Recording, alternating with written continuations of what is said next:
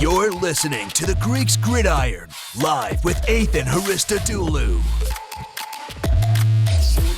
Welcome back, everyone, to more of the Greeks Gridiron. I am Ethan Haristodoulou, and today on this April 14th, 2022, the Arizona Cardinals are on the clock in my draft preview series, where we will go over 3 players that I would like to see the Cardinals go after in this year's NFL draft. So my Cardinals fans, make sure you comment down below who you would like to see them go after. Hit that like button if you agree, and also hit that subscribe button so you don't miss out on all the other content coming your way. USFL kicks off their inaugural season coming up this Saturday. We're covering that as we roll through the duration of their season. Of course, all the NFL content as we roll through the NFL's offseason.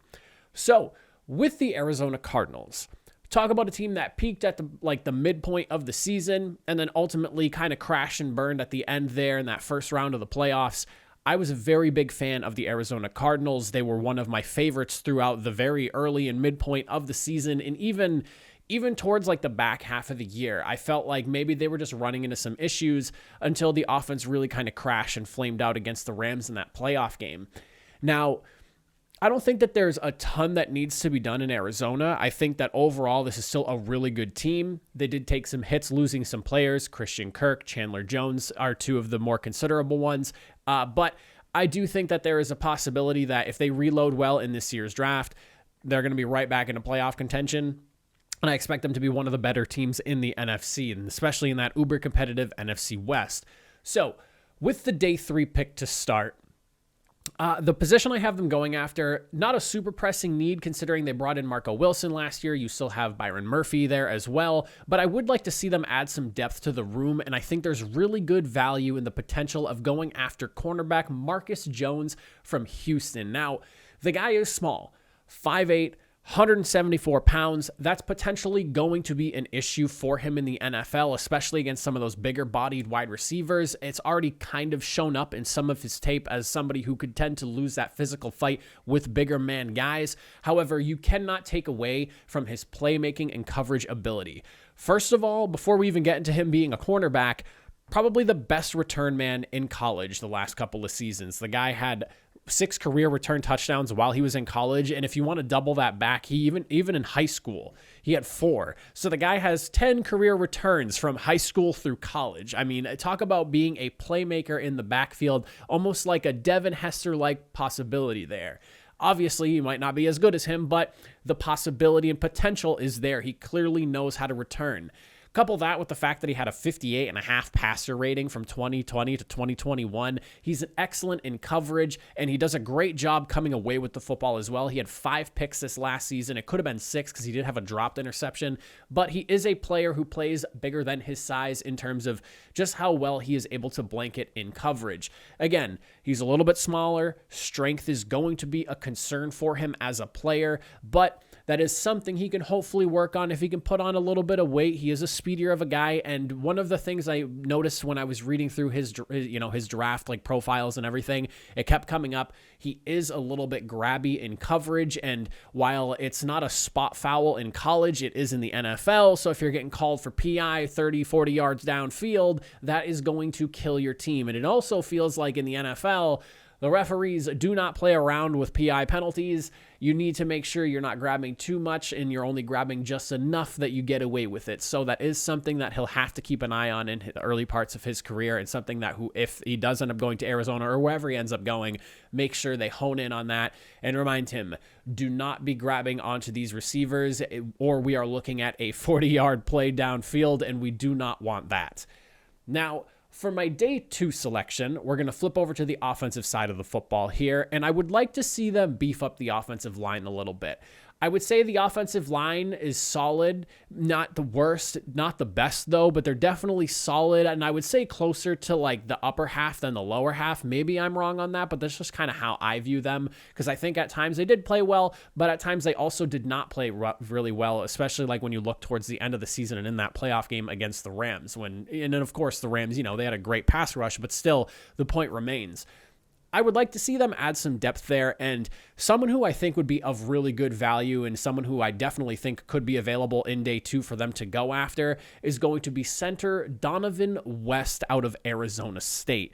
This is someone who is very young and has a lot of potential upside, and the issues that are there with him are things that should be corrected with age. He's not even 21 yet. He will be in May. So again, you have a very young prospect who could run through his entire rookie contract and still be only 25 years old. And if you're re-signing him, that is amazing.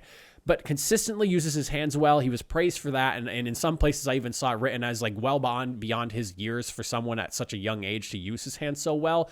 And on top of that, he brings versatility. He's a center, but he's also played guard on both sides as well. 260 plus snaps at both left guard, center, and right guard. So whether you end up having him in center in the long run, or if you just want to throw him in at a guard position initially, whatever is necessary. I know they have Rodney Hudson there, and so you don't necessarily need a center right now. And there are some issues with his snapping. That was one thing that was noted a lot, is that he had a handful of misfires with his snaps, and he also struggles to maintain control of the blocks, which again, strength issue, something that should come more so with age and experience.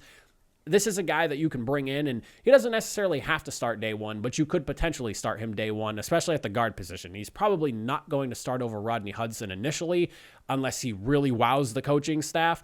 But again, he's a guy that you can plug in at either guard, center. He brings positional value. He can go in a couple of different places, or 3 different places rather. So you could look at a guy like this being a steal, and someone who seems to be flying a little bit more under the radar. So definitely someone who I think that the Cardinals should have on their radar and would be an excellent addition to that unit to help fortify it and add some depth, and also kind of help them start looking towards the future, because they have some older guys on that O-line. Now, for the day one selection, pick number 23 in the draft, what do the Cardinals do? Secondary, I've already addressed it. Offensive line, I've addressed that as well. You could argue with the loss of Chandler Jones, maybe go somewhere in the D-line. You might want to try to go after one of those better edge rushers that are going to be available in this year's draft. I think it's a pretty solid draft class on the D-line, whether it's interior or exterior. But I would like to see them go somewhere on the offense. And I've seen this in a handful of mock drafts, and it just seems like everyone's kind of split on who's going to end up being there and who the Cardinals will end up being able to take. If he ends up being there, which it seems like he's getting projected for later in the first day anyways, and I think it is a realistic possibility, because he seems to, in the eyes of scouts, be less of a sure thing than some of the other guys that are at wide receiver in the draft. Wide receiver, Treylon Burks out of Arkansas. The one thing that I think of when you think of like the end of, and I'm not saying he's Larry Fitzgerald, so before anyone tries to strike me down in the comments for that, that's not what I'm saying. However, if you look at the success that Larry Fitzgerald had playing on the inside as a big-bodied wide receiver, especially late in his career, it kind of helped extend him a few more years. You could potentially do that similar thing with Treylon Burks. He's fairly sure-handed, big dude, 6'3", 4.55 40-yard dash, so he's got some solid game speed as well. He's powerful. He shrugs off tackles, and couple that with the fact that he's played primarily in the slot, but he has the body type to play outside. The hope would be that you're able to play him outside, but also be able to move him inside. You already have Rondale Moore. You also have DeAndre Hopkins. Adding Treylon Burks to make a trio at wide receiver. I saw a mock draft just recently. I think it was Zerline's mock draft, who had them taking a running back in the first round. And quite honestly, when I saw, because they like traded down, then took a running back at 29 or something like that, I would throw up all over the place. James Conner popped off for the Cardinals last season, and quite honestly, they need to roll with that. I think James Conner fits their system really well. Do not draft another running back to try to replace him. Run with him while he's playing well for you guys. I like James Conner over there in Arizona, and I think he was one of the more under-the-radar players. That guy was a touchdown machine last year, and there's a reason that Chase Edmonds is no longer a Cardinal, and he's playing for the Dolphins now. Now, the concerns with him mainly are that for his size, he's not as good with like contested catches, considering how big he is, and you'd expect him to be so. Maybe that's just like, maybe it's a coaching thing. Maybe he's not necessarily that big bodied, go up and make the contested catch kind of guy. Maybe that's not his play style. He does show some aggressiveness in his play, but he does tend to struggle when he gets into those situations. But you can use him in other ways. He doesn't have, just because he's a tall dude does not mean he has to play that. Like I said, he played primarily slot, and you can realistically plug him in there because you have DeAndre Hopkins, who can tear it up on the outside. You have Rondale Moore, who can move around as well. I think that you don't want to make Traylon Burks like one-dimensional. He should be playing on the outside along with DeAndre Hopkins, and then you have your, like you want to be able to move your receivers around, and Hopkins can play whatever you need him to play. The hope is that you bring Burks in, and the fact that he played slot really well and he's designed physically to play outside, you're hoping that you can just continuously move and mismatch your receivers around all over the field. I think that would be the hope if you're bringing in a guy like Traylon Burks. Another issue that is something that we're definitely going to have to keep an eye on when he gets into the pros is he only had 39 snaps in press coverage in 2021. So he didn't really have a ton of guys up in his face trying to stuff him at the line of scrimmage. That is definitely something he'll come across in the NFL, especially being a bigger dude. We'll have to see if some of those more physical, bigger corners match up against him and see how he fares up against that. But ultimately, there isn't a ton to be concerned about. We'll have to see how he shakes out. But realistically speaking, if you're sticking him more inside than anything else and you have Rondale Moore and Hopkins playing outside majority of the time, that is an excellent trio. And if you're able to end up moving Burks around, that just opens up what you can do offensively in Arizona. You have a solid ground game. You have 3 really good wide receivers. I'm very high on Kyler Murray, despite the way the end of the season kind of turned out last year. I like Kyler Murray. He's one of the more accurate QBs in the NFL. When things are going well, that offense moves. And I think bringing in another playmaker, fortifying the O-line a little bit will definitely help things out. But that is what I think of the Cardinals in this year's NFL draft. My Cardinals fans, let me know what you guys think in the comment section down below. And I appreciate y'all for watching. Hit that sub button, hit that like button, and I'll catch you guys next time.